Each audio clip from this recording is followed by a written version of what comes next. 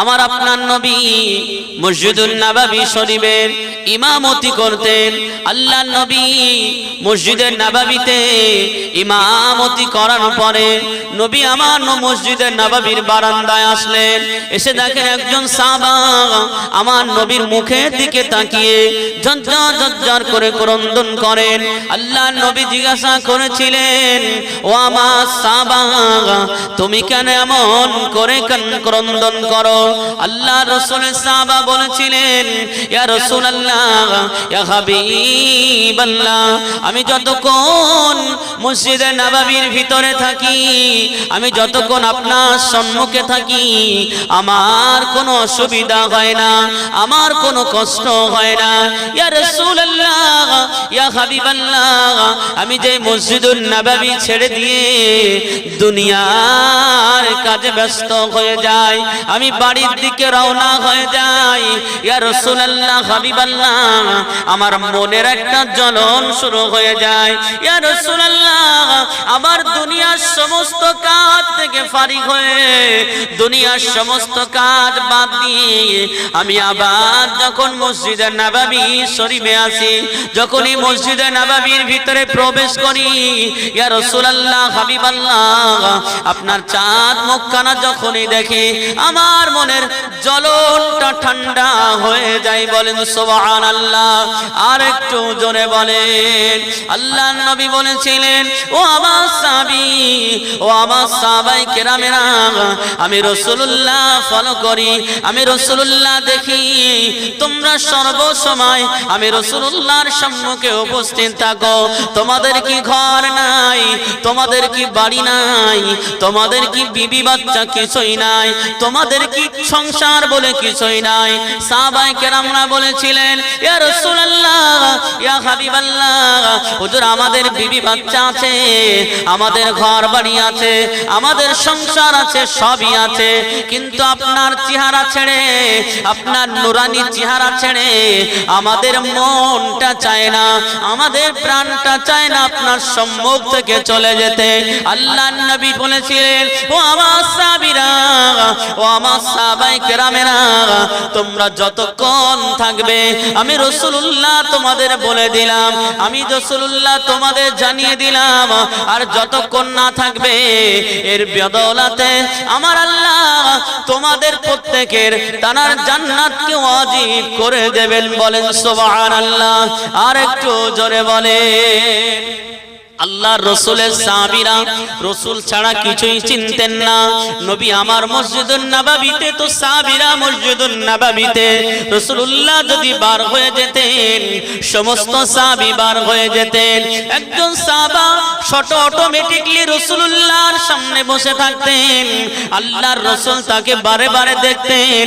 আল্লাহর নবী তাকে ধমক দিয়ে বাণী পাঠালেন, যাও যাও, তুমি তোমার বাড়িতে ঘুরে এসো। আল্লাহর রাসূল এটা বোঝাতে চাইলেন, ও আমার সাহাবীরা, ও আমার সাহাবায়ে কেরামেরা, না না না, এতক্ষণ তোমরা আমার সামনে বসে থাকতে পারো না। প্রয়োজনের অধিক তোমরা আমার কাছে থাকবে না, প্রয়োজন মতো আমার কাছে থাকবে, তারপরে তোমরা তোমাদের নিজের কাজে ব্যস্ত হয়ে যাবে। যে নবী আমার সারাক্ষণের জন্য নিজের কাছে বসতে বলেনি, প্রয়োজন পড়লে আমি রাসূলুল্লাহর কাছে তোমরা এসো, প্রয়োজন মিটে গেলে আবার চলে যাও। কিন্তু সাহাবায়ে রাসূলেরা রাসূলুল্লাহকে এত মহব্বত করতেন, আল্লাহর নবীকে এত ভালোবাসতেন, রাসূলুল্লাহর ভালোবাসার কারণে, রাসূলুল্লাহর মহব্বতের কারণে না না তারা আমার নবীকে ছেড়ে চলে যেতে পারতেন না।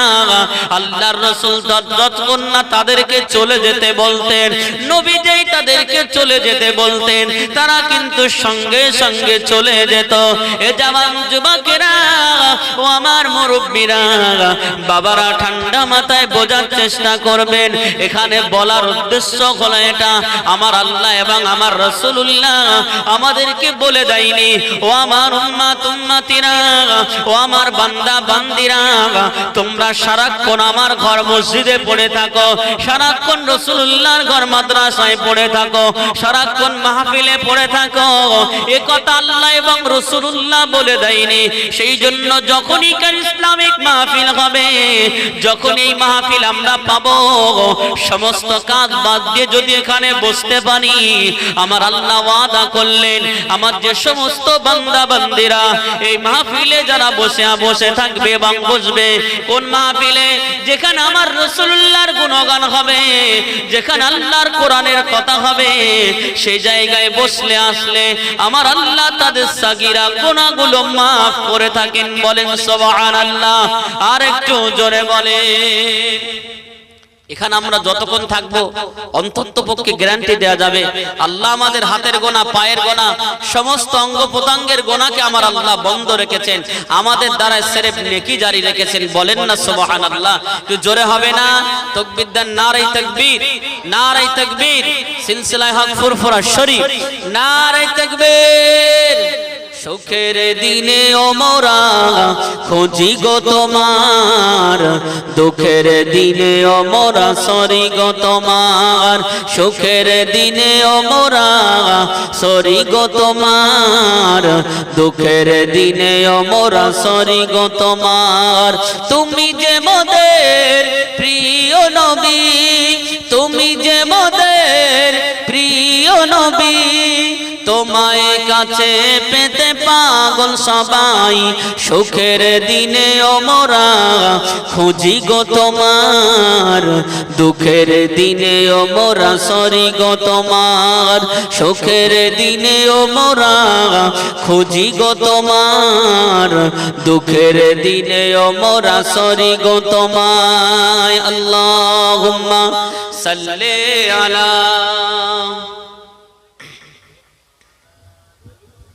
ওয়ালা আলি সাইয়্যিদিনা। দেখিনি তোমায় আমি, শুনেছি শুধু, তুমি যে ছিলে বড় আপন প্রভুর। জোরে বলেন না সুবহানাল্লাহ। জোরে হবে না? দেখিনি তোমায় আমি, শুনেছি শুধু, তুমি যে ছিলে বড় আপন প্রভুর। রোজ হাসরের বিচার দিনে তোমার শাফায়াত যেন গো পাই। রোজ হাসরের বিচার দিনে তোমার শাফায়াত যেন গো পাই। তুমি যে মোদের প্রিয় নবী, তুমি যে মোদের প্রিয় নবী, তোমায় কাছে পেতে পাগল সবাই। সুখের দিনে ও মোরা খুঁজি গো তোমার, দুঃখের দিনে ও মোরা সরি গো তোমায়। আল্লাহুম্মা সাল্লি আলা সাইয়্যিদিনা ওয়ালা আলি সাইয়্যিদিনা। এ জওয়ান যুবকেরা, ভুল আমায় বুঝবেন না বাবা, এই দুনিয়ার জমিনে আল্লাহ আমাদেরকে পাঠালেন তানার ইবাদত উপাসনা করার জন্য। জীবন আমার আপনার একের পর এক অতিবাহিত হয়ে যায়, কখনো জীবনের দিকে আমরা ফলো করি না, কখনো জীবনের দিকে লক্ষ্য করি না। আজ আল্লাহর ওলিরা, আল্লাহ বলা হয়েছেন আল্লাহর ওলিরা কেমন করে তারা আল্লাহ প্রেমিক হয়েছেন। জীবনে বহু সাধনা করা ছাড়া আল্লাহকে কখনোই সহজে পাওয়া যায় না। আমরা অনেকেই মনে মনে ভেবে নিয়েছি রাত গভীর হবে, একেবারে শেষ পর্যায়ে চলে যাব, শেষ উলামার ওয়াজটা শুনে বাড়ি চলে যাব, এর ভিতরে হেদায়েত পেয়ে যাব। না না, হেদায়েত পাওয়াটা অত সহজ ব্যাপার নয়। হেদায়েত পেতে হলে আপনাকে হেদায়েতের রাস্তায় আসতে হবে।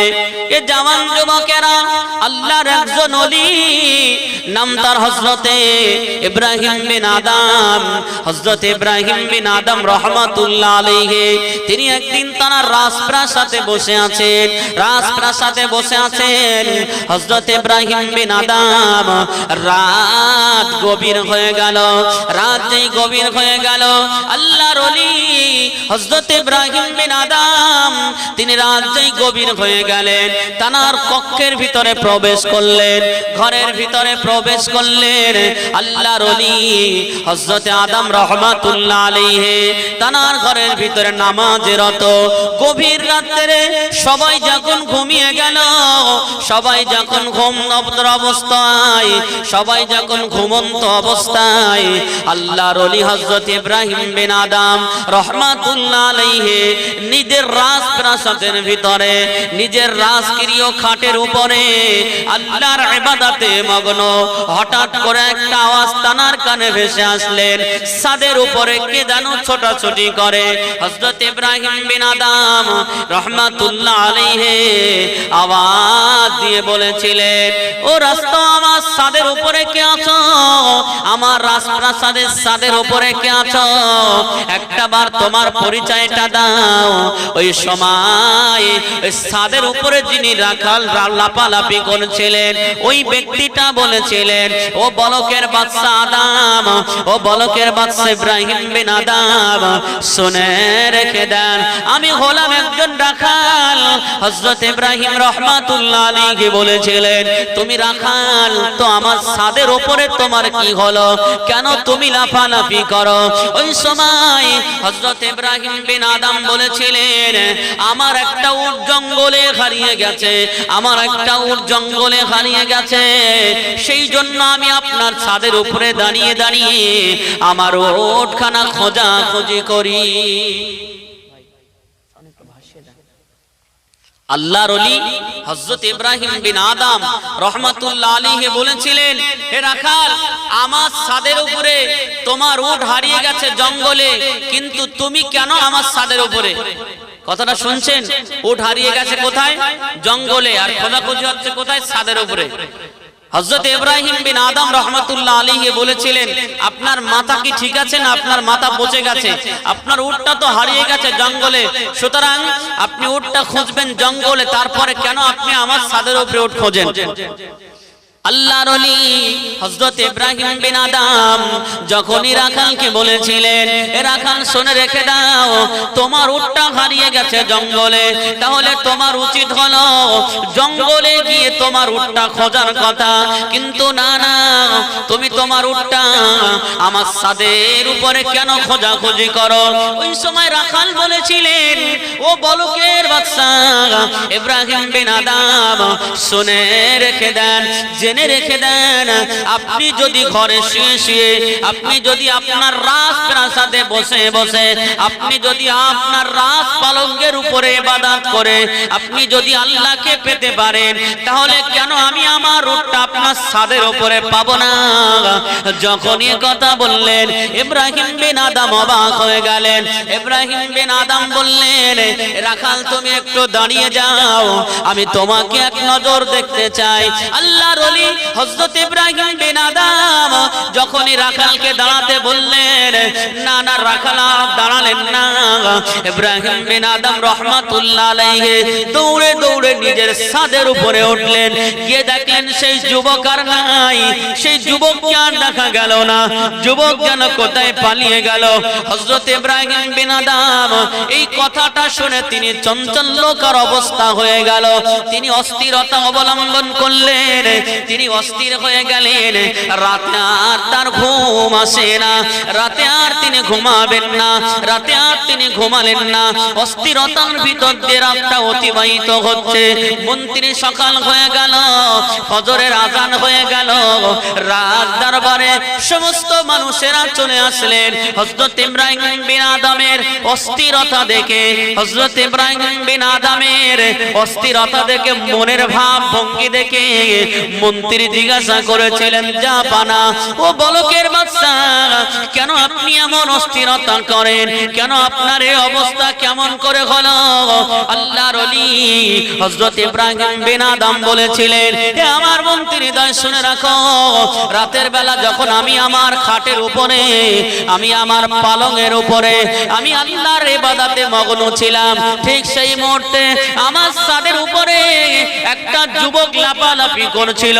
আমি যুবককে বলেছিলাম, যুবক, শুনে রেখে দাও, তুমি কেন আমার ছাদের উপরে লাফালাফি করো? ওই যুবকটা বলেছিল, জাপানা, শুনে রেখে দেন, জেনে রেখে দেন, আপনি যদি যুবকটা আমার উত্তর দিয়েছিল আমার উটখানা জঙ্গলে হারিয়ে গেছে। আমি আবার যুবককে জিজ্ঞাসা করেছিলাম তোমার উট যখন জঙ্গলে হারিয়ে গেছে তাহলে কেন তুমি জঙ্গলে না গিয়ে আমার রাজপ্রাসাদের উপরে উটটা খোঁজাখুঁজি করো? ওই সময় যুবক বলেছিলেন ও ইব্রাহিম বিন আদম, শুনে রেখে দেন, জেনে রেখে দেন, আপনি যদি আল্লাহর ইবাদত আপনার রাজপ্রিয় খাটের উপরে শুয়ে শুয়ে করতে পারেন, আপনি যদি আল্লাহর নামাজ আপনার পালঙ্গের উপরে করতে পারেন, একমাত্র আল্লাহ পাওয়ার জন্য নিঃসন্দেহে আমি আপনার সাথে উটটা খুঁজে পেতে পারি। এই কথা আমার মাথায় কুরে কুরে খায়। এই কথা যখনই আমি শুনলাম আমি অবাক হয়ে গেলাম, কেন এই কথাটা বললো? এই কথাটা বলার পিছনে অনেক রহস্য লুকিয়ে আছে, এই কথাটা বলার পিছনে অনেক কারণ লুকিয়ে আছে। আমি ইব্রাহিম বিন আদম আমি আর দেরি করলাম না, তাড়াতাড়ি করে আমি ছাদের উপরে উঠে গেলাম। ছাদের উপরে যাওয়ার পরে আমি দেখতে পেলাম না না না, যে যুবকটা বলেছিল সেই যুবক আর ছাদের উপরে নাই। সেই যুবক ছাদের থেকে গায়েব হয়ে গেছে, কোথায় যেন চলে গেছে। সেখান থেকে আমার ভিতরে অস্থিরতা কাজ করছে, সেখান থেকে আমি অস্থিরতার ভিতরে আছি। আল্লাহর ওলি হযরত ইব্রাহিম বিন আদম তিনি কিন্তু শিকার করতে ভালোবাসেন। মন্ত্রী তাকে বললেন জাহাপানা চলেন আমরা একটু শিকারে বার হই, তাহলে আপনার মনটা হয়তো একটু ফ্রি হয়ে যাবে। আল্লাহর ওলি হযরত ইব্রাহিম বিন আদম বলেছিল না না, আমার এই মুহূর্তে মুড ভালো নাই, আমার ব্রেন গতি ভালো নাই, আমি এখন যাব না। বারে বারে বলার পরে হযরত ইব্রাহিম বিন আদম মন্ত্রী যখন বারে বারে বললেন বাদশাহ চলেন আমরা শিকারের উদ্দেশ্যে বার হয়ে যাই, আল্লাহর ওলি বার হবেন, ঠিক সেই মুহূর্তে একজন মুসাফির মানুষ হযরত ইব্রাহিম বিন আদম রাহমাতুল্লাহ আলাইহির দরবারে চলে আসলেন। আল্লাহর ওলি বলকের বাদশা হযরত ইব্রাহিম বিন আদম যেই কিনা চলে আসলেন, ইব্রাহিম বিন আদম দেখলেন একটা মুসাফির মানুষ তার দরবারে উপস্থিত হয়ে গেল। আল্লাহর ওলি হযরত ইব্রাহিম বিন আদম দেখেন একটা মুসাফির মানুষ তার দরবারে উপস্থিত। ইব্রাহিম বিন আদমকে বলছে জাহাপানা আমি একজন মুসাফির মানুষ, আমি আপনার দরবারে আজ রাতটুকু থাকতে চাই, দয়া করে আপনি আমাকে থাকতে দেবেন আপনার এই মুসাফির খানায়? এ জওয়ান যুবকেরা, ইব্রাহিম বিন আদম বলেছিলেন ও যুবক শুনে রেখে দাও, ও মুসাফির শুনে রেখে দেন, না না না আমার এটা মুসাফির খানা নাই, আপনি যে বললেন আপনার মুসাফির খানায় আমাকে একটু থাকতে দেবেন, একটা কথা শুনে রেখে দেন, এটা কিন্তু আমার মুসাফির খানা নাই, এটা হলো আমার বালাখানা। না না না, আমার বালাখানায় কোনো মুসাফির আমি থাকতে দেব না। আল্লাহর ওলি হযরত ইব্রাহিম বিন আদম তিনি কিন্তু তখন আল্লাহর ওলি হননি, সেই সময়ের কথা বলছি বাবা। হযরত ইব্রাহিম বিন আদম যখনই বলেছিলেন ওগো মুসাফির শুনে রেখে দেন, এটা আমার বালাখানা, এটা মুসাফির খানা নয়, ওই সময় ওই মুসাফিরটা বলেছিলেন ও বলকের বাদশা ইব্রাহিম রাহমাতুল্লাহ আলাইহি শুনে রেখে দেন, আপনি যে বলছেন এটা আপনার মুসাফির খানা নয়, আপনি যে বলছেন এটা আপনার মুসাফির খানা নয়, এটা আপনার বালাখানা। তবে একটা কথা জবাব আপনি আমাকে দেন, আপনি এই জায়গায় আছেন এর আগে কে ছিল বলেন? ওই সময় বলকের বাদশা হযরত ইব্রাহিম বিন আদম বলেছিলেন আমার আগে আমার বাবাই রাজপ্রাসাদের রাজা ছিল। মুসাফির আবারও বললেন তার আগে কে ছিল? আমার বাবার বাবা ছিল, অর্থাৎ আমার দাদু এই রাজপ্রাসাদের রাজা ছিল, তার আগে ছিল আমার পরদাদা, তার আগে ছিল আমার বাপের দাদা, এমনি করে বংশ পরম্পরা আমার ঘাড়ে এখন দায়িত্ব বর্তে গেছে। আল্লাহর ওলি হযরত ইব্রাহিম বিন আদম যখন এই কথা বললেন ওই মুসাফির বলেছিলেন একটা কথা মনে রাখবেন, যদি এটা আপনার বালাখানা হয়, যদি এটা আপনার বালাখানা হয় তাহলে কেন আপনি তাদেরকে আটকে রাখতে পারেননি? কেন কেন তাদেরকে আপনি আপনার ঘরে আটকে রাখতে পারেননি? তবে একটা কথা শুনে রেখে দেন, আপনিও কিন্তু এই বালাখানায় থাকতে পারবেন না, কারণ এই দুনিয়াটা হলো মুসাফির খানা। এই মুসাফির খানার ভিতরে এটা একটা মুসাফির খানা, সুতরাং আপনি কোনো মতেই থাকতে পারবেন না। যুবক বলে চলে গেল, মুসাফির বলে চলে গেলেন, আর কোনো কথা বললেন না। আল্লাহর ওলি অবাক হয়ে গেলেন। আল্লাহর ওলি হযরত ইব্রাহিম বিন আদম রাহমাতুল্লাহ আলাইহি তখন কিন্তু আল্লাহর ওলি হননি, তিনি বাদশা ছিলেন, বলকের বাদশা হিসেবে পরিচিত ছিলেন, বলকের বাদশা হিসেবে নাম ডাকছিলেন। হযরত ইব্রাহিম বিন আদম যখনই মুসাফির বলেছিলেন, আপনি যদি মুসাফির না হন, এই বালাখানা যদি, এই মুসাফির খানা যদি আপনার বালাখানা হয়, তাহলে এর আগে আপনার বাবা, আপনার দাদা, তার বাবা, তার দাদা কেন তারা চলে গেল? ইব্রাহিম বিন আদম রাহমাতুল্লাহ আলাইহি অবাক হয়ে গেলেন। তিনি মনে মনে ভাবলেন, সত্যি তো আমার বাবা মারা গেল, আমার দাদাও মারা গেল, আমার পরদাদাও মারা গেল, আমিও মারা যাব। তাহলে যে যুবক যে কথাটা বলে গেল, মুসাফির যে কথাটা বলে গেল, সেটাই তো সঠিক কথা। এটা আমার মুসাফির খানা নয়, এটা হলো আমার বালাখানা। আল্লাহর ওলি হযরত ইব্রাহিম বিন আদমের আরো ডিপ্রেশন বেড়ে গেল, আরো চিন্তা বেড়ে গেল। রাতের বেলা, গভীর রাতের বেলা রাখাল একটা তথ্য দিয়ে চলে গেল, আবার সকাল বেলা যুবক একটা তথ্য দিয়ে চলে গেলেন। আল্লাহর ওলি হযরত ইব্রাহিম বিন আদম মন্ত্রীর কথা মতন তিনি মনটাকে ফ্রি করার জন্য, মাইন্ডটাকে ফ্রি করার জন্য, ডিপ্রেশন থেকে ফিরে আসার জন্য তিনি কি করলেন? জঙ্গলে চলে গেলেন হরিণ শিকার করার জন্য। আল্লাহর ওলি শিকার করতে বড় ভালোবাসতেন। হযরত ইব্রাহিম বিন আদম রাহমাতুল্লাহ আলাইহি দেখেন একটা ছোট্ট হরিণের বাচ্চা হযরত ইব্রাহিম বিন আদমের সম্মুখ দিয়ে দৌড়াতে লাগলেন। ইব্রাহিম বিন আদম ওই হরিণকে যখন তীর মারার চিন্তা করলেন, তীরটা যেই মারবেন, হরিণ তখনই বলেছিলেন, ও বলকের বাদশা ইব্রাহিম বিন আদম, তীর মারার আগে আমার কয়েকটা কথা আপনি শুনে রেখে দেন। আল্লাহর ওলি হযরত ইব্রাহিম বিন আদম রাহমাতুল্লাহ আলাইহি যখন ওই তীর নিক্ষেপ করবেন, সেই মুহূর্তে ইব্রাহিম বিন আদমকে বলেছিলেন, ছোট্ট হরিণের জবান আমার আল্লাহ খুলে দিলেন। জবান খুলে বললেন, ইব্রাহিম বিন আদম, আপনার কি এখনো হুঁশ ফিরিনি? আপনার কি এখনো আল্লাহর রহমত আপনার প্রতি আসেনি? আপনাকে রাতের বেলা একটা রাখাল আপনাকে সাবধান করেছিল যে আল্লাহওয়ালা হতে চাইলে ঘরে বসে বসে আর ঘরে শুয়ে শুয়ে কখনো আল্লাহওয়ালা হওয়া যায় না। সুতরাং আপনি যদি ঘরে শুয়ে শুয়ে, রাজ খাটে শুয়ে শুয়ে যদি আল্লাহওয়ালা হওয়ার স্বপ্ন দেখেন, আমি আপনার রাজপ্রাসাদের ছাদে দাঁড়িয়ে হরিণ খুঁজে, আমার উটগুলো খুঁজে পেতে পারি। সে কথা কি আপনার মনে নাই?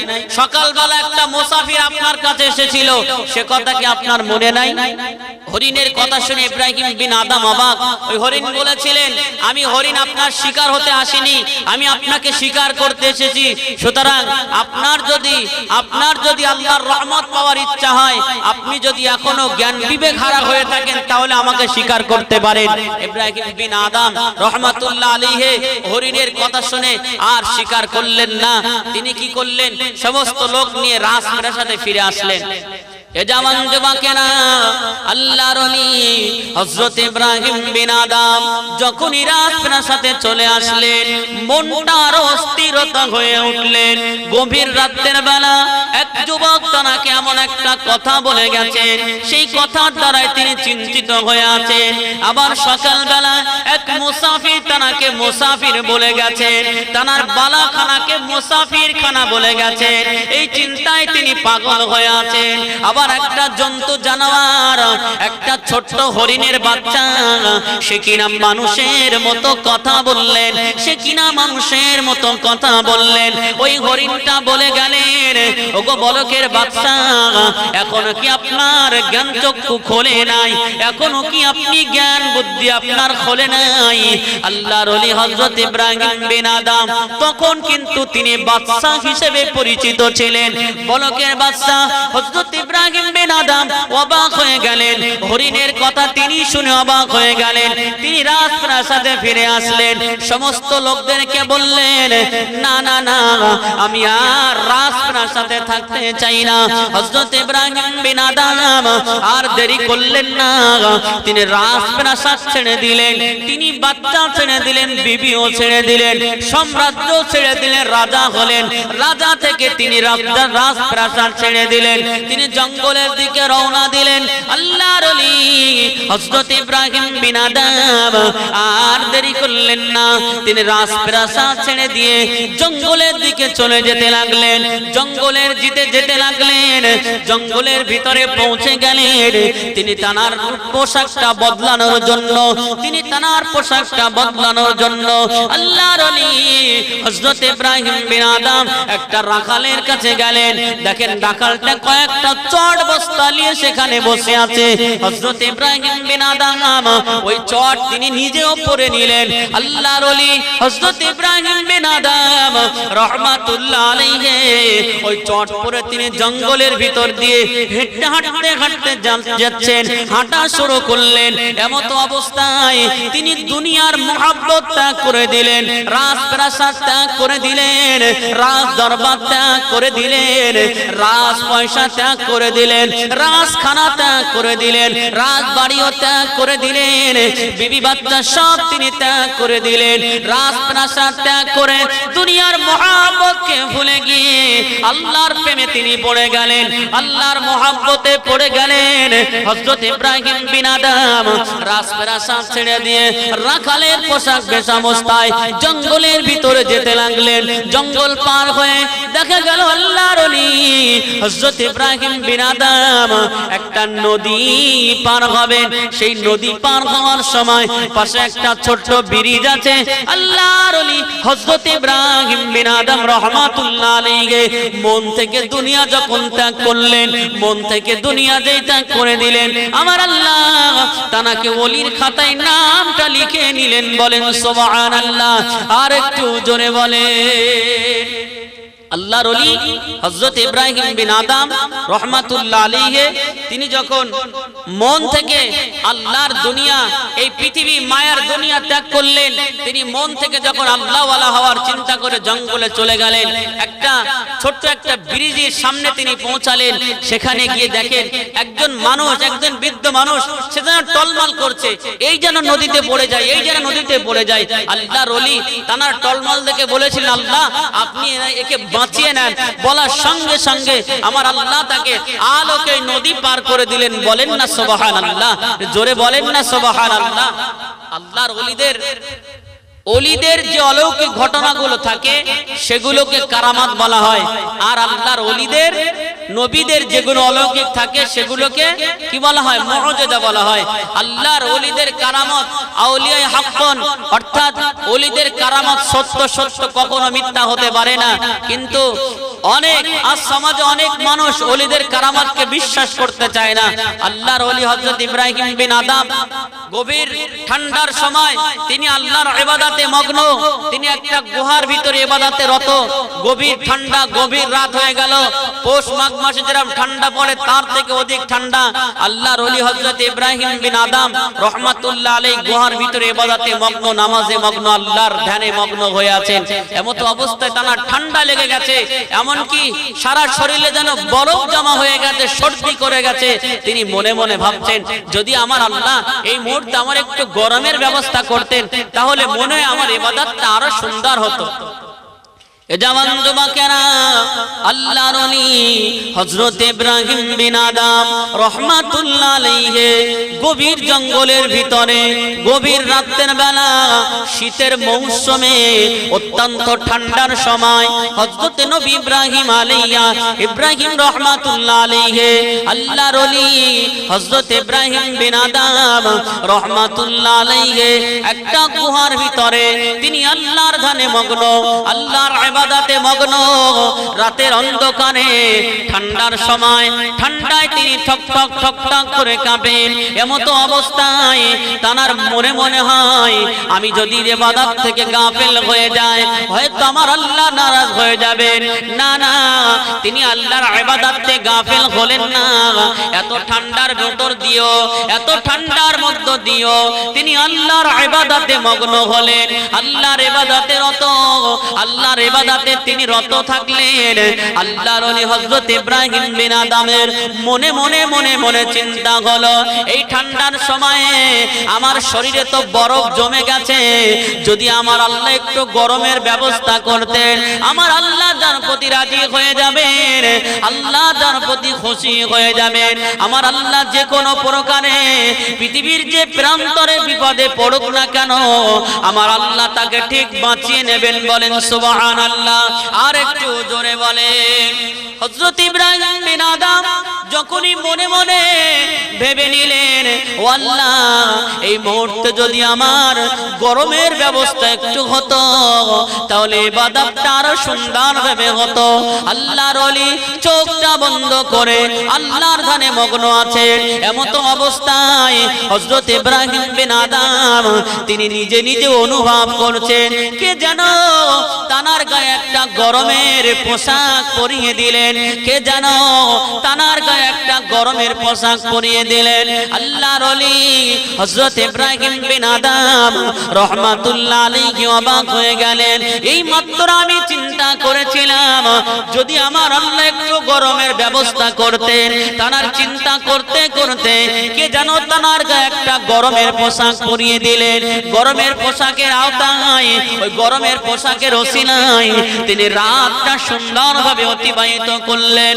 রাতটা পার হয়ে গেল, ফজরের সময় হয়ে গেল, তিনি ফজরের সময় হয়ে গেল, নামাজ অবস্থায় রাত পার হয়ে গেল। বড় আনন্দের সহিত রাতটা তিনি পার করে দিলেন। এ জওয়ান যুবকেরা ঠান্ডা মাথায় বোঝার চেষ্টা করবেন বাবা, আল্লাহর ওলি হযরতে ইব্রাহিম বিন আদম রাহমাতুল্লাহ আলাইহি যখনই সকাল হয়ে গেল, সকাল যখন বেলা হয়ে গেল তিনি চোখটা যখন খুললেন, চোখটা যখন মিললেন তিনি অবাক হয়ে গেলেন।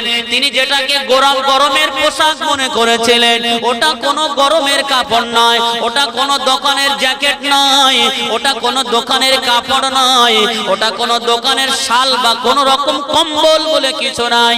আল্লাহর ওলি হযরত ইব্রাহিম বিন আদম রাহমাতুল্লাহ আলাইহি ভালো করে ফলো করে দেখেন একটা বিরাট বড় অজগর সাপ, একটা বিরাট বড় সাপ, আল্লাহর সৃষ্টি একটা অজগর সাপ তানাকে জড়িয়ে জড়িয়ে জড়িয়ে জড়িয়ে শরীরটাকে আরাম দিয়ে রেখেছিলেন।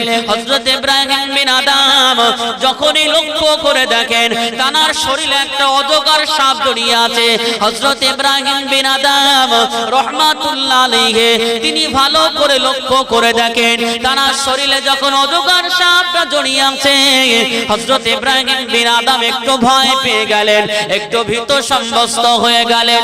আল্লাহর দরবারে দুটো হাত তুলে বলেছিলেন রব্বুল আলামিন আল্লাহ ও দয়াময় আল্লাহ আমি যেটাকে গজব মনে করি, আমি যেটাকে গজব মনে করি এখন তো দেখা গেল সেটা কিন্তু আপনার রহমত স্বরূপ হয়ে গেল।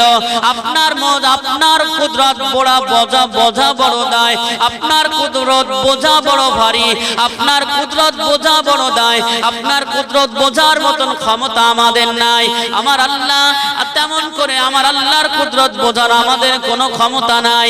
ওই সময় হযরত ইব্রাহিম বিন আদম বলেছিলেন ও রব্বুল আলামিন আল্লাহ যে সাপকে দেখলে আমরা ভয় পাই, যে সাপ মানুষকে দেখলে কামড় দেয়, যে সাপ মানুষকে দেখলে সবল দেয়, সেই সাপ কিনা আমাকে জড়িয়ে রাখলেন।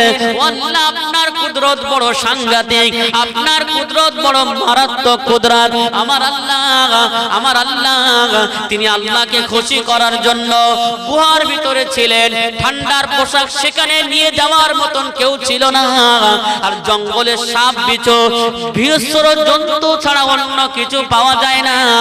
সেই জন্য আমার আল্লাহ তার বান্দাকে একটা সাপ দিয়ে ঠান্ডার পোশাক হিসেবে আমার আল্লাহ তাকে গাঁট করে নিলেন। বলেন সুবহানাল্লাহ।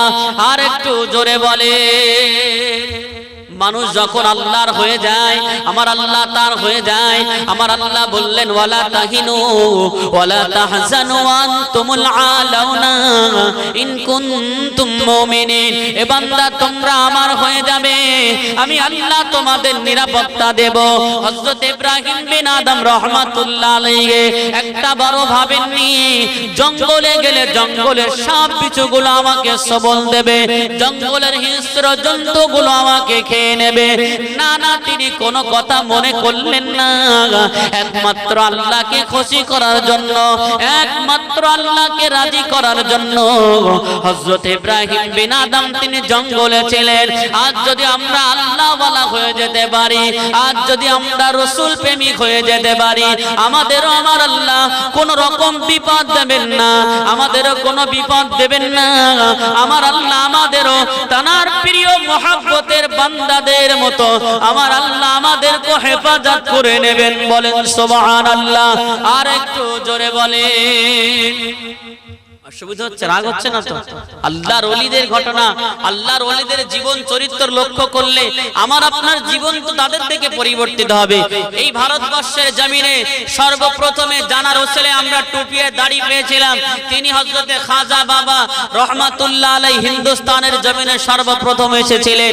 পশ্চিম বাংলার জমিনে এই বাংলা তথা গোটা আসাম বাংলার বুকে যিনি সর্বপ্রথম ইসলামের প্রচার প্রসার ঘটিয়েছিলেন, ইসলামকে বিস্তার করে মানুষের মাঝে টুপি আর দাড়ির কথা বলেছিলেন, তিনি অন্য কেউ নাই, তিনি ফুরফুরার জমিনে শায়িত আছেন। জামানার মুজাদ্দিদ হযরত আবু বকর সিদ্দিক রাহমাতুল্লাহ আলাইহি জানার ওসিলা করে আল্লাহ আমাদের মাথায় টুপি দাড়ি দিয়েছেন। বলেন না সুবহানাল্লাহ। জোরে হবে না সুবহানাল্লাহ? তাকবীর দেন, নারায়ে তাকবীর, নারায়ে তাকবীর। বিশ্ব নবী দিবস, নারায়ে তাকবীর। দরুদ শরীফ আল্লাহুম্মা সাল্লি আলা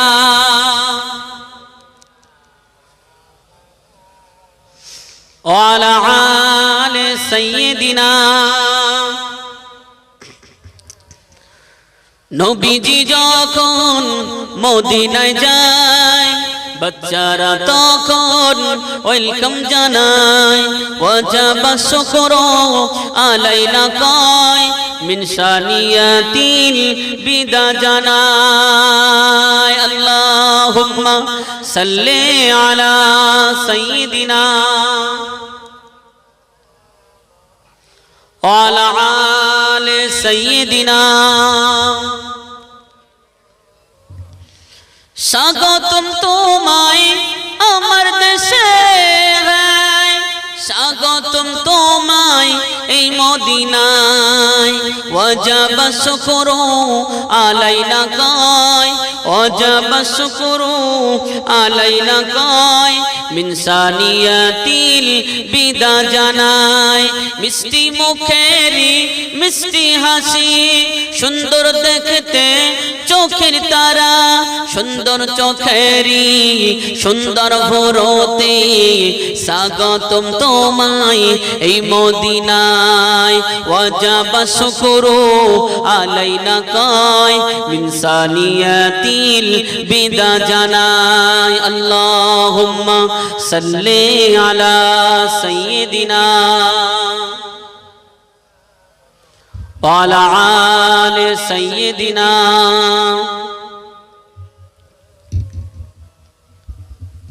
আচ্ছা, দরুদ শরীফটা এটা কি আপনারা আমার জন্য পড়ছেন? আমার রাসূলের শানে পড়ছেন। আল্লাহ বললেন, ইয়া আইয়ুহাল্লাযীনা আমানু, হে ঈমানদারগণের আল্লাহ আমার রাসূলের শানে দরুদ পড়েছিলেন। ইন্নাল্লাহু ওয়া মালাইকাতু ইউসাল্লুনা আলান নবী, হে আমার মালাইকারা আমি আমার রাসূলের শানে দরুদ পড়ি, তোমরাও আমার রাসূলের শানে দরুদ পড়ো। আর আমরা দরুদ পড়ছি কার শানে? আমার শানে না অন্য কোনো মানুষের শানে? রাসূলের শানে। রাসূলের শানে দরুদ যদি এরকম পড়ি, এই দরুদটা খোদার কসম আল্লাহর মালায়েকা ফেরেশতা নিয়ে আমার রাসূলের রওজা মোবারকে পৌঁছে দেন। বলেন না সুবহানাল্লাহ? একটু জোরে হবে না সুবহানাল্লাহ? সেই রাসূলের দরুদ এত কৃপণতা কেন?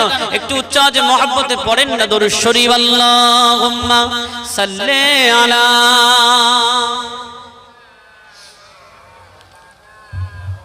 ওয়ালা আলি সাইয়্যিদিনা। এ জওয়ান যুবকেরা, গোলামায় বুঝবেন না বাবা, এমন একজন নবীর উম্মত আমরা হলাম, এমন একজন রাসূলের উম্মত আমরা হলাম। সেই নবী আমার মসজিদুন নববীর ভিতরে সাহাবাদেরকে নিয়ে বলতে লাগলেন, ও আমার সাহাবায়ে কেরামেরা, ও আমার সাহাবীরা, বাবারা শুনে রেখে দাও, জেনে রেখে দাও বাবা, আমি রাসূলুল্লাহ আজকের তোমাদের তিনটে ভাইয়ের কথা বলবো। আমি রাসূলুল্লাহ আজকের তোমাদের তিনটে ভাইয়ের কথা বলবো। একটা ভাই তার প্রথম ভাইকে প্রশ্ন করেছিলেন, আল্লাহর নবী সাহাবাদের নিয়ে গল্পটা বললেন, সাহাবাদের নিয়ে বললেন, ও আমার সাহাবায়ে কেরামেরা, ও আমার সাহাবীরা, আমি রাসূলুল্লাহ যে কথা বলি তোমরা একটু মনটা দিয়ে শুনবে। তার আগে আমি আপনাদের সম্মুখে একটা আয়াত পড়ি। আমার আল্লাহ বললেন, ইন্নামা আমওয়ালুকুম ওয়া আওলাদুকুম ফিতনা। এ আমার বান্দা বান্দেরা, আল্লাহ এখানে বলে দিলেন তোমরা দুটো জিনিস থেকে পরহেজ করো, এই দুটো জিনিসের আশা খুবই কম করো, এই দুটো জিনিসকে তোমরা সঠিকভাবে পরিচালনা করো, এই দুটো জিনিসকে তোমরা সঠিক রাস্তায় ব্যয় করো। একটা হলো তোমাদের সম্পদ, একটা হলো তোমাদের আল আওলাদ, একটা হলো তোমাদের আওকাত ধন সম্পদ, আর দ্বিতীয়টা হলো তোমাদের সন্তান, দ্বিতীয়টা হলো তোমাদের সন্তান। এই দুটো যদি তোমরা ঠিকঠাক করে ব্যবহার না করতে পারো, আমি আল্লাহ রাব্বুল আলামিন জানিয়ে দিলাম এরা দুটো কিন্তু তোমাদের জাহান্নামের কারণ হয়ে দাঁড়িয়ে যাবে। এ জওয়ান যুবকেরা, আল্লাহ রাব্বুল আলামিন তো বলেই দিলেন এই দুটো আমাদের কতটা বিপজ্জনক।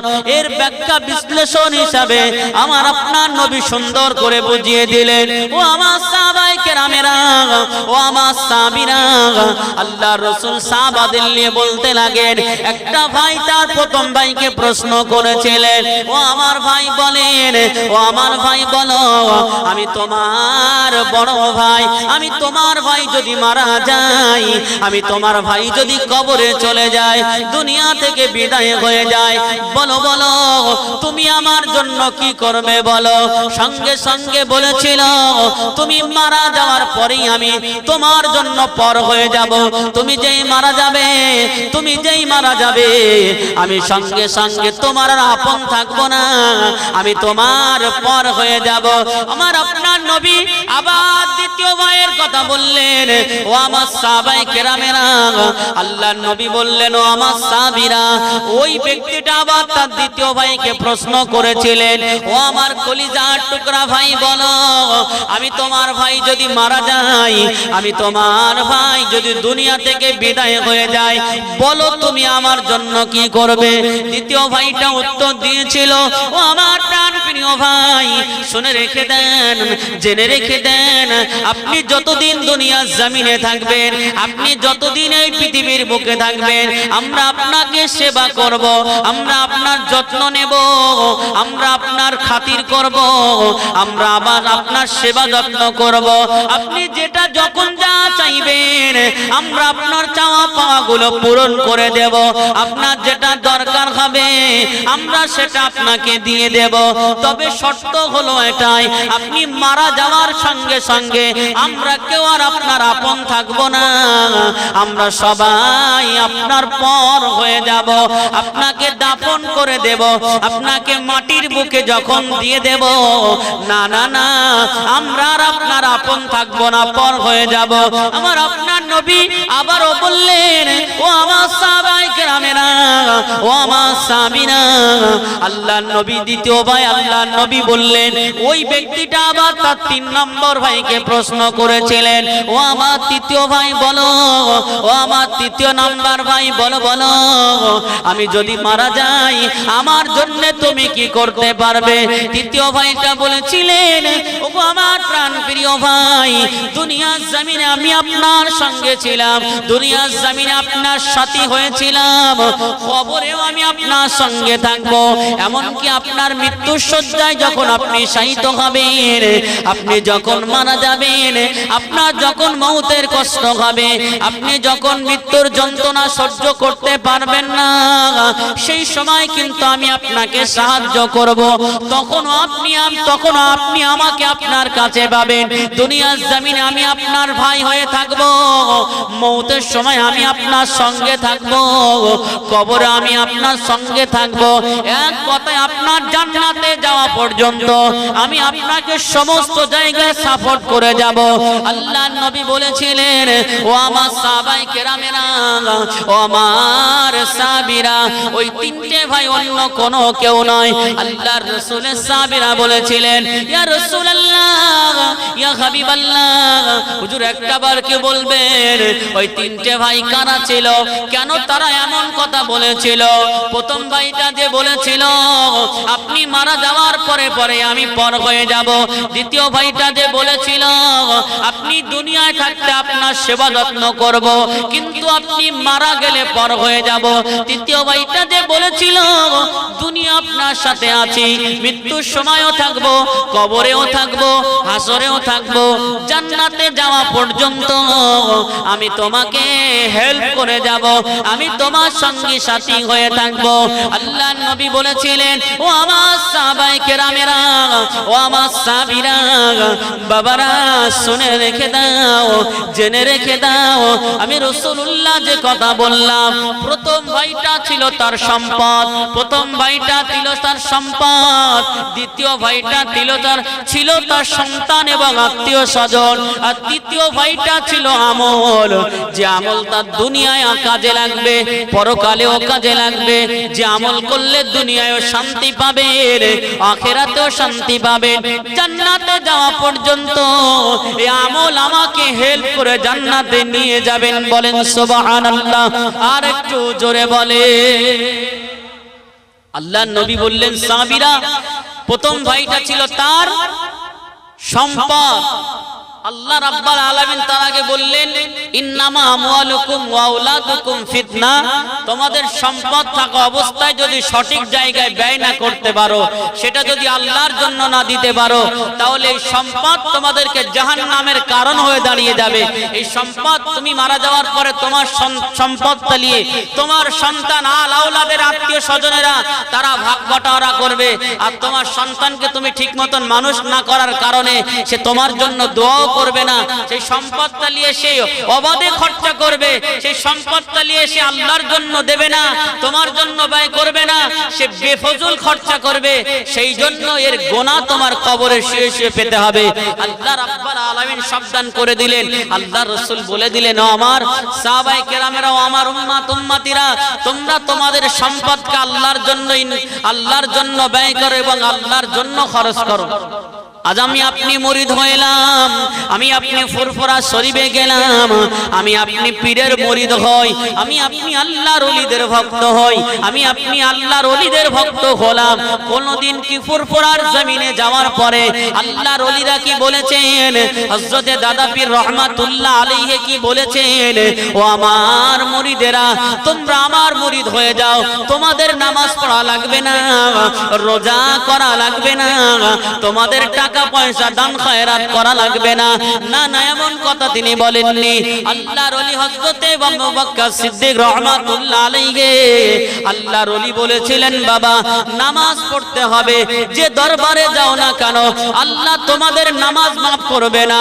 হারাম খাওয়া থেকে তোমাদের দূরে থাকতে হবে, হালাল থেকে তোমাদের দূরে থাকা যাবে না, হালাল উপার্জন করতে হবে। আপনি যে জায়গায় যান না কেন আমার আল্লাহ কোন রকম ভাবে নামাজকে মাফ করবেন না। ওই জন্য দুনিয়ার জমিনে আল্লাহ আমাদেরকে যতদিন হায়াতে রাখবে, যতদিন দুনিয়ার জমিনে থাকবো, আমরা নিয়ত করে নেব আল্লাহ যেন আমাদেরকে 5 ওয়াক্ত নামাজি হিসেবে তার দরবারে তিনি কবুল করে নেন। বলেন আল্লাহুম্মা আমিন। জোরে বলেন আল্লাহুম্মা আমিন। আল্লাহর ওলিদের ভক্ত বর্তমান সময়ে সারা বিশ্বে যখন একটা মানে দুঃখের বাতাবরণ বয়ে চলেছে, ঠিক সেই মুহূর্তে আমাদের কাছে একদল ফিতনা দলবাজ, একদল আহলে হাদিসের ফিতনা, তারা ফিতনা ছড়িয়ে বেড়াচ্ছে যে ইমানদার তারা এমন ভাবে ফিতনা ছড়াচ্ছে গোটা বিশ্বে। তারা এই সময় আকীদা নিয়ে পড়ে আছে, কার কি আকীদা এটা নিয়ে তারা টানাটানি করছে না। গোটা বিশ্বে আজকের বুকটা ফেটে যায়। আপনি ইসরায়েলের দিকে তাকিয়ে দেখেন, ফিলিস্তিনের দিকে যদি আপনি লক্ষ্য করে দেখেন, ফিলিস্তিনের ছোট ছোট বাচ্চাদেরকে ইসরায়েলের কুখ্যাত জঙ্গিরা, ইসরায়েলের কুখ্যাত বেঈমানরা তারা ফিলিস্তিনের মুসলমানদের উপরে স্টিম রোলার চাপাচ্ছে, তাদেরকে প্রত্যেকদিন শহীদ করে দিচ্ছে। একটা বাচ্চা একটা জওয়ানকে বলেছিলেন, জানেন আপনি ক ওয়াক্ত নামাজ পড়েন সারা দিনে? তিনি বললেন, আমরা 5 ওয়াক্ত নামাজ পড়ি। বাচ্চাটা খুব দুঃখের সহিত বলেছিলেন যে আমরা সারা দিনে 100 ওয়াক্ত নামাজ পড়ি, এক ওয়াক্ত ফজর, এক ওয়াক্ত যোহর, এক ওয়াক্ত এশা, এক ওয়াক্ত মাগরিব, আর এক ওয়াক্ত আসর, আর বাকি যে ওয়াক্তটা, এই 5 ওয়াক্তর বদলে বাকি যে ওয়াক্তটা, সেই ওয়াক্তটার নাম হলো জানাজা। মানে আমরা প্রতিনিয়ত জানাজা পড়ি। এই বাচ্চাটা যে বলেছিল কতটা দুঃখের সহিত, কতটা কষ্টের সহিত। সোশ্যাল মিডিয়ায় দেখলে চোখে পানি আসবে। ছোট্ট একটা বাচ্চা, তার একটা ভাই শহীদ হয়ে যাচ্ছে, ফিলিস্তিনের একটা ছোট্ট বাচ্চা শহীদ হয়ে যাচ্ছে। সেই শহীদি ভাইটার সামনে হাতটা ধরে আরেকটা ভাই বলছে, একটা ভাই শহীদ হয়ে গেছে, আরেকটা ভাইয়ের হাত ধরে শহীদ হয়ে যাচ্ছে, দেখতে পাচ্ছে, ভাই তুমি কলেমা শাহাদাতটা পড়ে নাও, আশহাদু আল্লা ইলাহা ইল্লাল্লাহ ওয়া আশহাদু আন্না মুহাম্মাদান আবদুহু ওয়া রাসূলুহু, লা ইলাহা ইল্লাল্লাহু মুহাম্মাদুর রাসূলুল্লাহ। এই বাচ্চাটা তার শহীদ হয়ে যাওয়া ভাইটাকে, শহীদ হবে এমন অবস্থায় তাকে কলেমা শাহাদাতটুকু পড়ালেন। পড়তে পড়তে ওই বাচ্চাটা শহীদি মরণ বরণ হয়ে গেল। বলেন না সুবহানাল্লাহ, বলেন না সুবহানাল্লাহ। এ জওয়ান যুবকেরা, গোটা বিশ্বে যখন অশান্তির বাতাবরণ, ফিলিস্তিনে যখন মুসলমানকে মেরে দিচ্ছে, তাদের একটাই পরিকল্পনা, ছোট ছোট বাচ্চাকে তারা মেরে দিচ্ছে। ছোট ছোট বাচ্চাদের মেরে দেওয়ার একটাই কারণ, তারা এটাই জানে যদি বাচ্চারা বড় হয়ে যায় তাহলে এরা তো প্রতিবাদী হয়ে যাবে, এবং মা বোনদেরকে তারা মেরে দিচ্ছে, মহিলাদেরকে তারা মেরে দেয়। তারা এটা ভালো রকম জানে, মহিলারা যদি দুনিয়ার জমিনে থাকে তাহলে তারা সন্তান জন্ম দেবে, সেই সন্তান আবার বড় হয়ে আমাদের বিরুদ্ধে প্রতিবাদ করবে। এই না মনে করে ইসরায়েলের কুখ্যাত বেঈমানেরা, ইসরায়েলের ইহুদিরা তারা আমাদের মা বোনদেরকে, ফিলিস্তিনের মা বোনদেরকে, ছোট ছোট শিশু বাচ্চাদেরকে তারা শহীদ করে দুনিয়া থেকে বিদায় দিয়ে দিচ্ছে, একমাত্র তারা তাদের রাজ কায়েম করার জন্য। কিন্তু আল্লাহর নবী আজ থেকে 1500 বছর আগে আল্লাহর নবী ভবিষ্যৎবাণী করে দিলেন, ও আমার উম্মতিরা, ও আমার উম্মতেরা, একদল মুসলমান জীবনেও ওই ফিলিস্তিনের মসজিদুল আকসা থেকে সরে যাবে না। একদল মুসলমান আকসাকে দখল করার জন্য নিজের জীবনকে বাজি রেখে তারা থাকবে। আজকের সোশ্যাল মিডিয়ায় যে যাই বলুক না কেন, আল্লাহর রাসূলের ভবিষ্যৎবাণী আপনি ফলো করে দেখবেন, যতদিন বেঁচে থাকবেন দেখবেন মসজিদুল আকসা ইহুদিদের হতে দেবে না। একদল মুসলমান অটোমেটিক মসজিদুল আকসাকে রক্ষা করার জন্য আমার আল্লাহ তাদের ঈমানি পাওয়ার আরো বেশি গুণে বাড়িয়ে দেবেন। বলেন সুবহানাল্লাহ। আর একটু জোরে বলে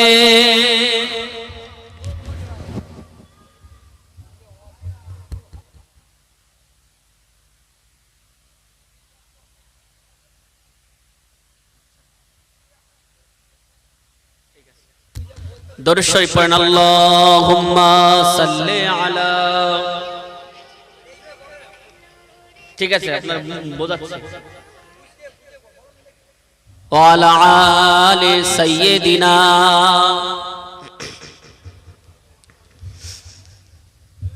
ধন্য উম্মতি ধন্য, দয়ার নবীর জন্য। ধন্য উম্মতি ধন্য, দয়ার নবীর জন্য। নবী না আসিলে কিছুই হইতো না, নবী না আসিলে কিছুই হইতো না।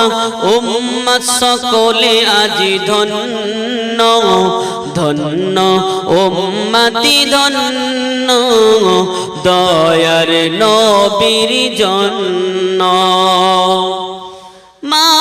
মায়ামিনার কোলের চাঁদ এলো আরব নগর আলোয় আলোকিত হলো মায়ামিনার কোলের চাঁদ এলো আরব নগর আলোয় আলোকিত হলো নূরের তো ঝলক পড়ে না যে পলক নূরের তো ঝলক পড়ে না যে পলক খুশনসিবি উম্মতি ধন্য ধন্য উম্মতি ধন্য দয়ার নবীর জন্য আল্লাহুম্মা সাল্লি আলা সাইয়্যিদিনা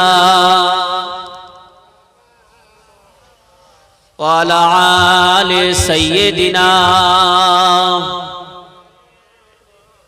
এ জওয়ান যুবকেরা উলামায়ে বুঝবেন না বাবা আল্লাহর কোরআনের জাতটা আমি বলেছিলাম রাসূলুল্লাহর যে তিনটে পয়েন্ট আমি ধরেছিলাম আসুন এক এক করে বোঝার চেষ্টা করুন আমার আল্লাহ যে বললেন ইন্নামা আমওয়ালুকুম ওয়া আওলাদুকুম ফিতনা এ আমার বান্দা বান্দিরা এই দুটো জিনিস তোমাদের ফিতনার কারণ একটা হলো তোমাদের সম্পদ একটা হলো তোমাদের সন্তান আর একদিকে আল্লাহর রাসূলের হাদিসকে ফলো করেন এইবারে আসেন আল্লাহর রাসূল কি বললেন আদ-দায়ুসু লা ইয়াদখুলুল জান্নাহ দায়ুসরা কখনো জান্নাতে যাবে না দায়ুসরা কখনোই জান্নাতে যাবে না দায়ুস কারা এবার একটাবার শুনে নেন আল্লাহর কোরআনের আয়াতটার কথা মনে রাখবেন রাসূলুল্লাহর হাদিসের কথা মনে রাখবেন আর বাস্তবে আলোচনাটা একবার বোঝার চেষ্টা করবেন আল্লাহর নবী যে বললেন আদ-দায়ুসু লা ইয়াদখুলুল জান্নাহ দায়ুস কখনো জান্নাতে যাবে না ওদিকে আল্লাহ যে বললেন দুটো জিনিস থেকে তোমরা পরেশ থাকো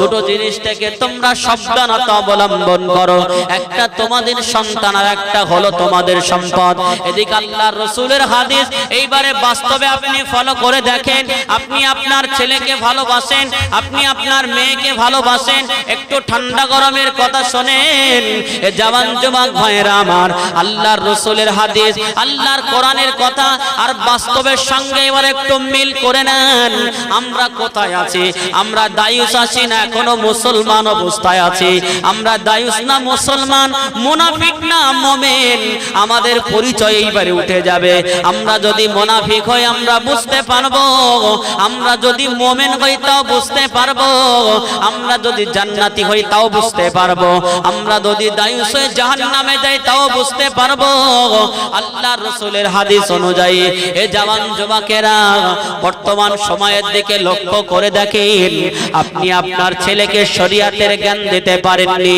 আপনি আপনার মেয়েকে শরীয়তের জ্ঞান দিতে পারেননি আপনি আপনার ছেলেকে এখনো ফ্রি ফায়ার থেকে দূরে সরে যেতে বলতে পারেননি তার একটাই কারণ আপনি আপনার ছেলেকে ভালোবাসেন আপনার ছেলেকে আপনি ভালোবাসেন আপনার মেয়েকে আপনি ভালোবাসেন কারণ ভালোবাসতে যদি হয় একমাত্র আল্লাহর জন্য আপনার বাসা দরকার আপনি যদি আপনার ছেলেকে ভালোবাসেন আপনি যদি আপনার মেয়েকে ভালোবাসেন এই ভালোবাসাটা একমাত্র আল্লাহর জন্য হবে কিন্তু না না আমি আপনি ছেলে মেয়েদেরকে ভালোবাসি আল্লাহর জন্য বাসি না রাসূলের জন্য বাসি না আমরা দুনিয়ার মহব্বতের জন্য বাসি ভুল আমায় বুঝবেন না বাবা রাসূলুল্লাহর হাদিস আর আল্লাহর কোরআনের আয়াত মধ্যিখানে বাস্তবটা একটু তুলে দেব নিজেরাই পরীক্ষা করে বুঝতে পারবেন নিজেরাই জ্ঞান করে বুঝতে পারবেন কোন জায়গায় আমরা দাঁড়িয়ে আছি আল্লাহর রাসূলের সাহাবীদের জীবন ইতিহাস ফলো করলে বুঝতে পারবেন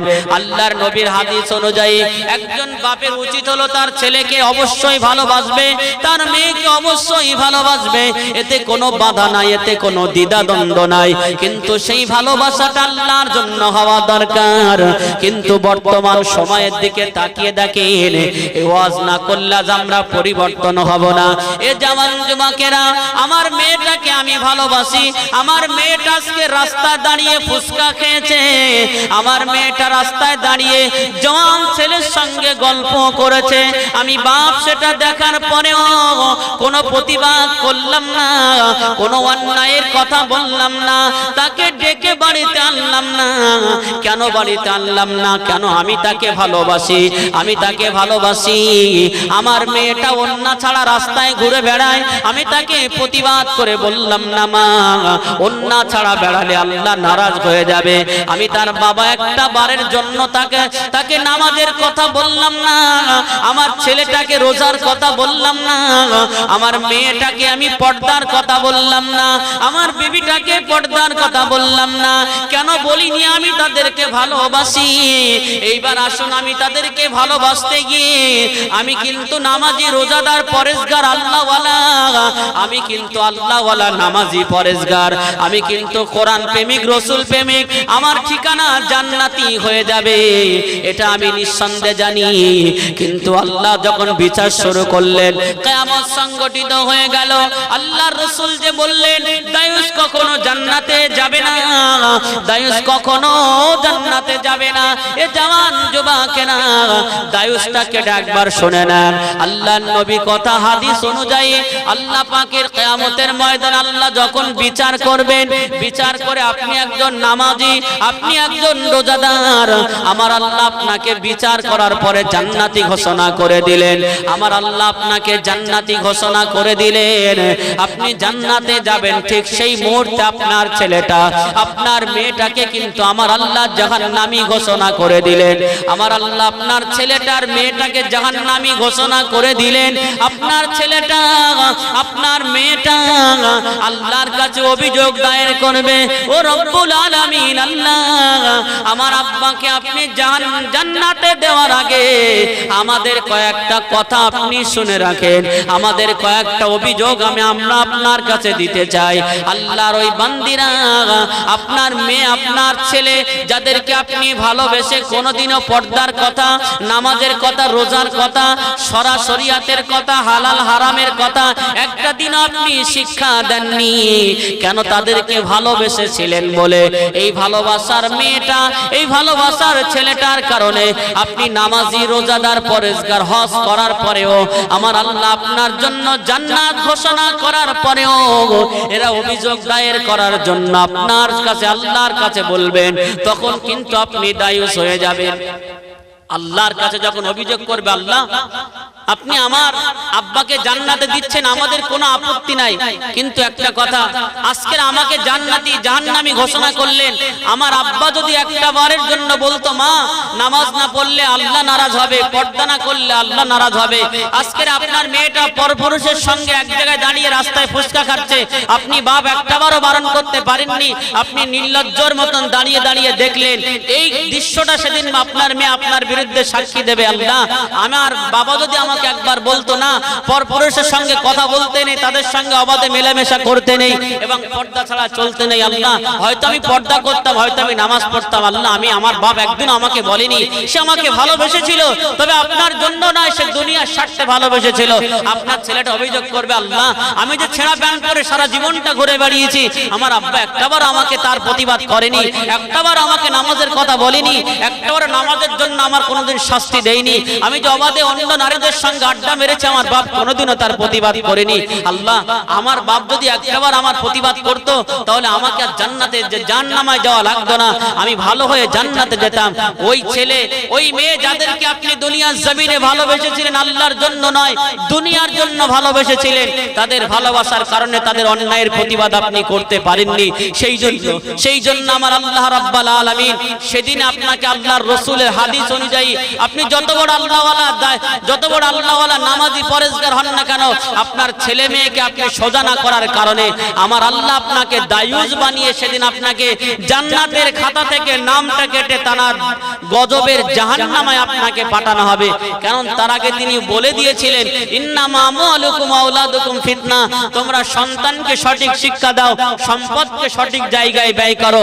এই দুটো তোমরা করতে পারোনি বলে আজকে তোমরা নামাজি হয়েও আমার দয়ার জান্নাত তোমাদের কপালে জুটলো না, তোমরা জাহান্নামী হয়ে গেলে। এটা বাস্তব, আল্লাহর রাসূলের হাদিস আর আল্লাহর কোরআনের বাস্তব দিকে ফলো করেন। সন্তানকে মানুষ করবেন, আর সন্তান চোর হচ্ছে, আর সন্তান ডাকাত হচ্ছে, এর পিছনে 100% পিতামাতার অবদান।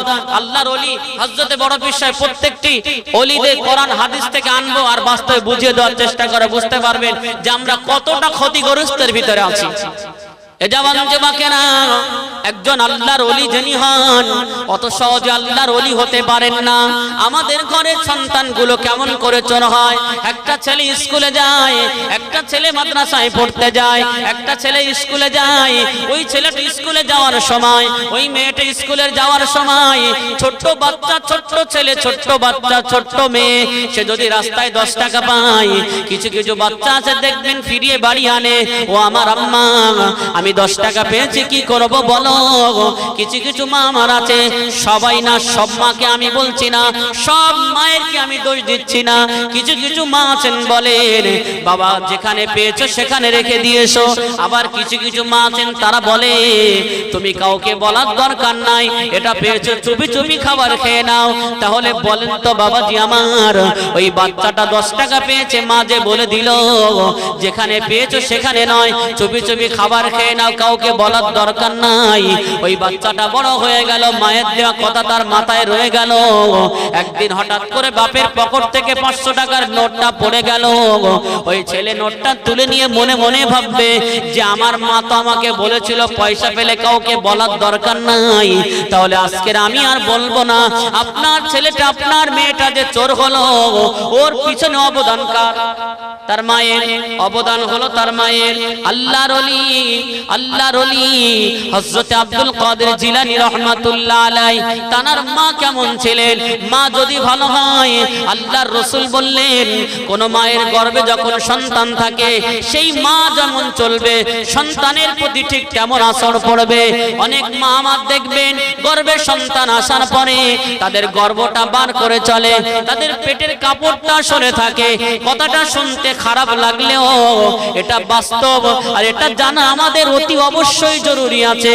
কারণ আল্লাহর নবী বললেন কোন মায়ের গর্ভে সন্তান থাকা অবস্থায় তার পেটটা যদি আলগা হয়ে যায়, কোন পর পুরুষের নজর পড়ে যায়, আর সেই নজরটা যদি বদ নজর হয়ে যায়, আপনার সন্তানের প্রতি সেই নজরের আঘাত, নজরের আসর পড়বে, এবং আসর পড়ার কারণে আপনার ছেলেটাও বদ মেজাজি এবং বদ নজরে তৈরি হয়ে যাবে। কথা কি বুঝতে পারছেন?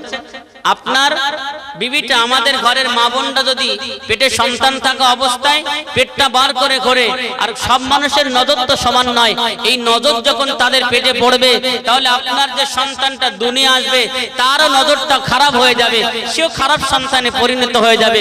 প্রমাণস্বরূপ হযরতে বড় পীর আব্দুল কাদের জিলানী আল বাগদাদী রাহমাতুল্লাহ আলাইহি, তিনি মাদ্রাসায় যাচ্ছেন, এমত অবস্থায় মিথ্যে কথা এমন একটা জিনিস, সমস্ত গুনার মা। আমি মা বোনদের বিরুদ্ধে বলছি, আমি কারোর বিরুদ্ধে বলছি না, একমাত্র সবাই আমার মা বোন, এখানে যা আছে সবাই আমার আপন। আমি চাই না কেউ জাহান্নামে চলে যান, কিন্তু আল্লাহ নিজে চাইনি। ইয়া আইয়ুহাল্লাযীনা আমানু, হে ঈমানদার গণেরা, কু আনফুসাকুম ওয়া আহলিকুম নারা, তুমি বাঁচো এবং তোমার আহাল বর্গদের বাঁচাও কোথা থেকে? জাহান্নামের আগুন থেকে। সুতরাং আমি একা জাহান্নাম থেকে বাঁচার চেষ্টা করব।